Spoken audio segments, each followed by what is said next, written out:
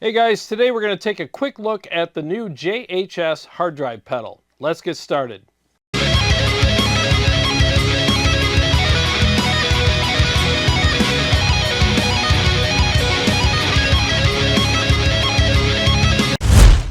Well guys, thanks for hanging out with me for a few minutes while I check out this new pedal by JHS. Now Josh makes a lot of great pedals and he's well liked in the community, and I've always wanted to try one of his pedals, so why not start with this? So Motor City Guitar reached out to me and asked me to do this demo of this pedal, and I'm not being paid for this, but if you really want to help me out, either join my Patreon or buy some Quad Cortex, ToneX, or KEMPER profiles or presets from my website, which is linked below, or you can use my affiliate link to Motor City Guitar and pick this pedal up for yourself if you like what you hear in the demo. So my goal today is I want to see how good this pedal sounds, how easy it is to dial it in, and let's see if it'll actually do metal. So stick with me to the end of the video. I'll just do a quick mix for you on one of my newer songs that I've been writing, and I want to see how good it sits in that mix. I've seen several demos of this pedal on YouTube, and guys were hooking it up to the power section of their amplifiers, and I think that's really cool. But if I was to buy this pedal, I would have a more practical way of using it, in my opinion. Nothing wrong with using a power section and an amplifier. I think that's really cool.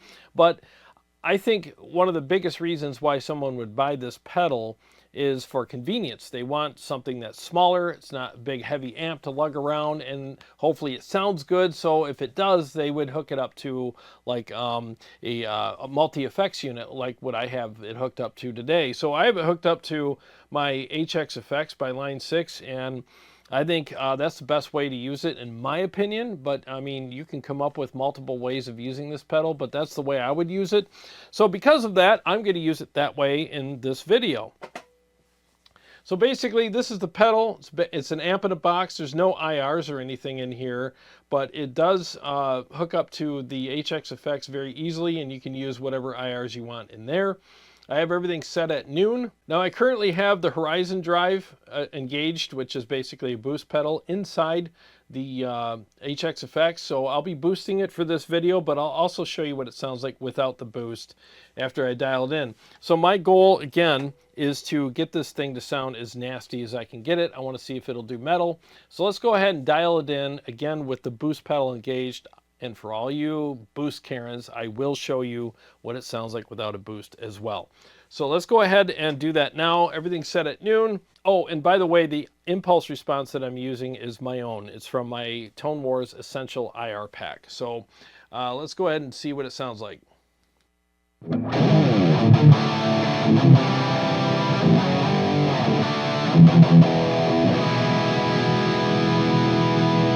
All right, the feel is really good, but sounds like we need to turn some knobs. So let's go ahead and do that now.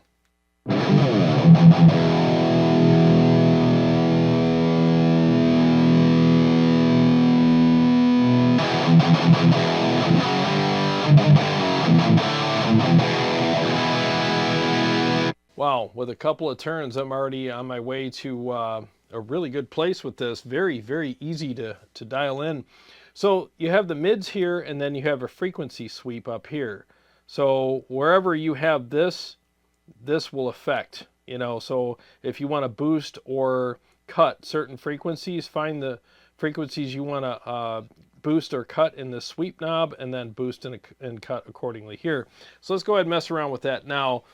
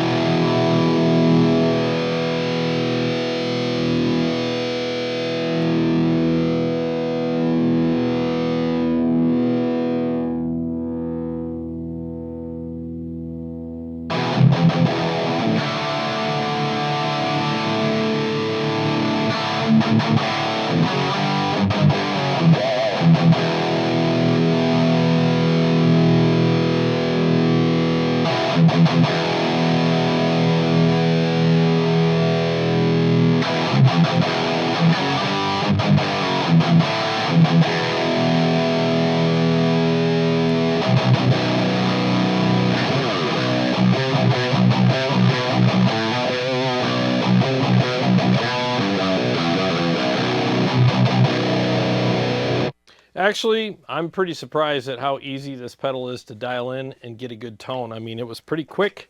And yeah, I monkeyed around with the knobs a little bit. I think I bumped the treble knob and turned it back down. But anyways, yeah, I was showing you the mid sweep. And my stupid thumb got in the way. So plenty of headroom with especially the bass and the drive. I mean, I got it at just past noon, and there's plenty of gain in this, so that's really cool. So now I'm going to continue dialing it in a little bit more and just perfect the tone. I'm almost there.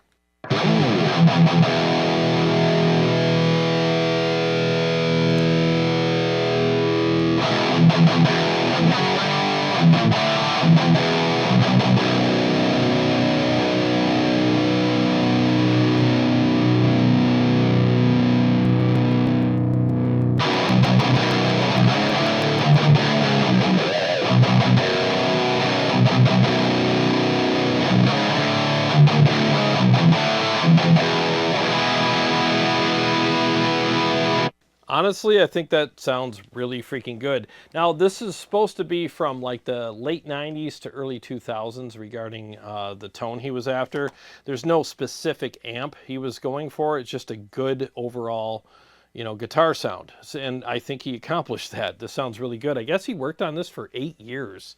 So that's a long time. And so because of that, you're expecting something good. And right now, I'm pretty happy with what I'm getting. I really am. So let's go ahead and turn off the overdrive now. And we'll dial it in without that. I know it's probably going to be a little loose without it, but I mean, we'll see. Let's go ahead and see what it sounds like.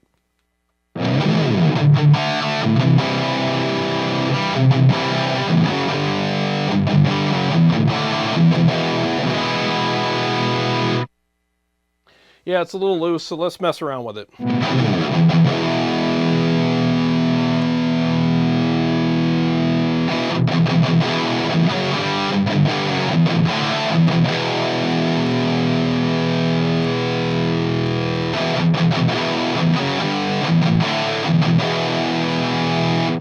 So basically, I just turned the bass down a little bit and the treble up a little, and that ended up helping it out quite a bit. Added a touch of gain, and it tightened up a little more and wasn't as loose and flubby. So I'm going to engage the boost with these settings and see how it sounds, and then I'll make further adjustments if necessary.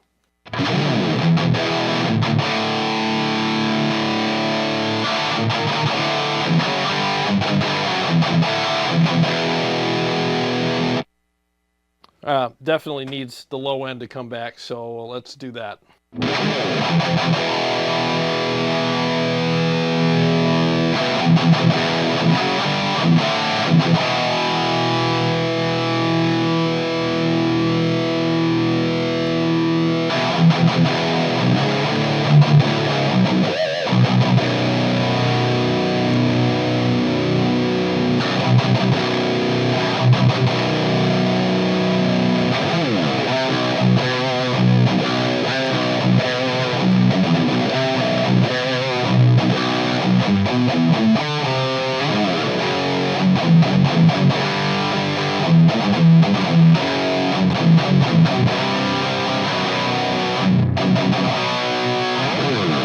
Yeah, sounds good. Lots of great note separation. I think I need a touch more top end though, so let's do that.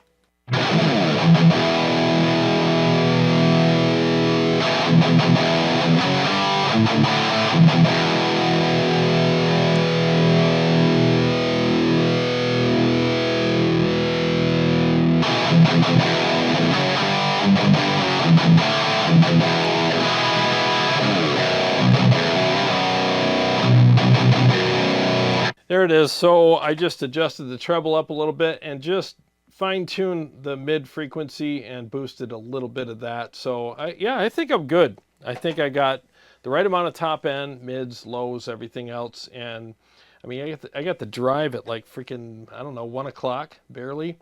And there's plenty of gain in this, so that's actually pretty nice. So let's go ahead and do a full mix and see how it sounds in a mix, and then after that I'll see if it has enough juice for solos.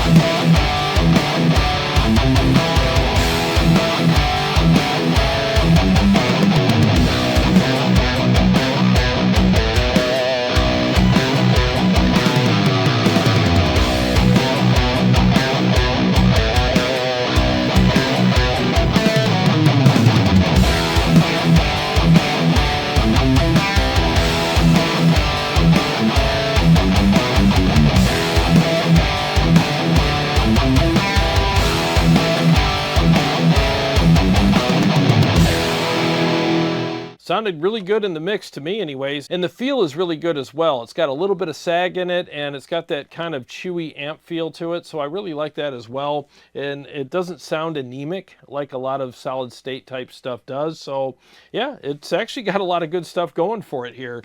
So as you can see, I only have the gain at like 1 o'clock. Let's crank it up a little bit and see if this thing has enough juice for solos.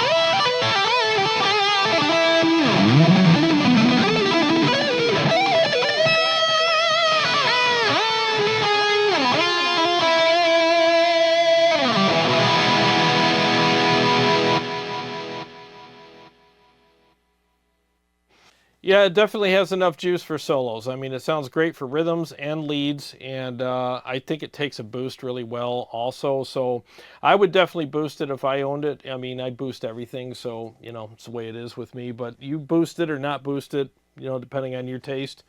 But I think it sounds awesome. And again, it's not made to sound like any specific amp, but the tone that it gives you is actually really good. And does it do metal? Yeah, I think it does it. It'll do rock, metal, whatever, I guess whatever kind of, you know, sound that you want with distorted guitar. I think it sounds really good. So, and again, the feel is also really good on this. I was kind of surprised by that, because some pedals, you plug into them and, I mean, they might sound okay, but the feel is usually really stiff and not responsive with them. But with this one, I think it felt really good to play.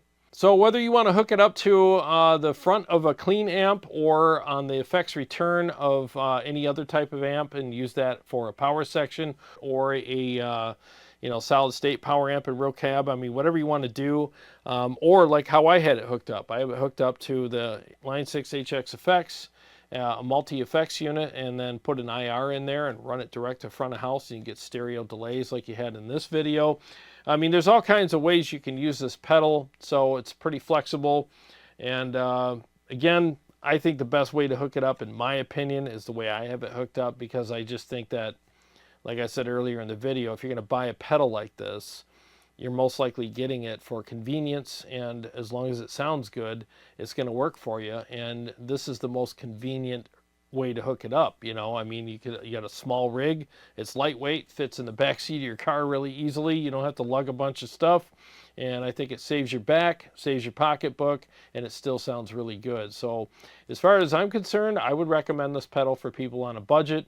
And again, if you're looking to, you know, get a great sounding guitar sound without breaking the bank, and it's a very small rig that's very portable and compact and easy to take with you. Well, thanks for watching the video. I hope you guys enjoyed it. And again, if you like what you see in this video, there's an affiliate link in the description of this video. Go ahead and click on that. And Motor City ships faster than any other company out there. So if you click on that link and order this, they'll send it right out to you, and you get it faster than you would if you ordered it anywhere else. They're an awesome store. And if it wasn't for them, I wouldn't be able to do this demo for you guys. So I would appreciate it if you give them the business, and I'm sure they would too. And I also want to thank everybody who's been purchasing my Quad Cortex, ToneX, and KEMPER profile packs from my website, which is also linked in the description of this video. I really appreciate you guys. Thank you so much. It really does help me keep the lights on here, and it encourages me to continue doing what I do here. To all my Patreon supporters and subscribers, thank you so much. And if you're new to the channel, feel free to subscribe and make sure you hit that bell so you don't miss upcoming episodes or live streams. I got a lot more stuff coming up for you guys, and I'll see you on the next one.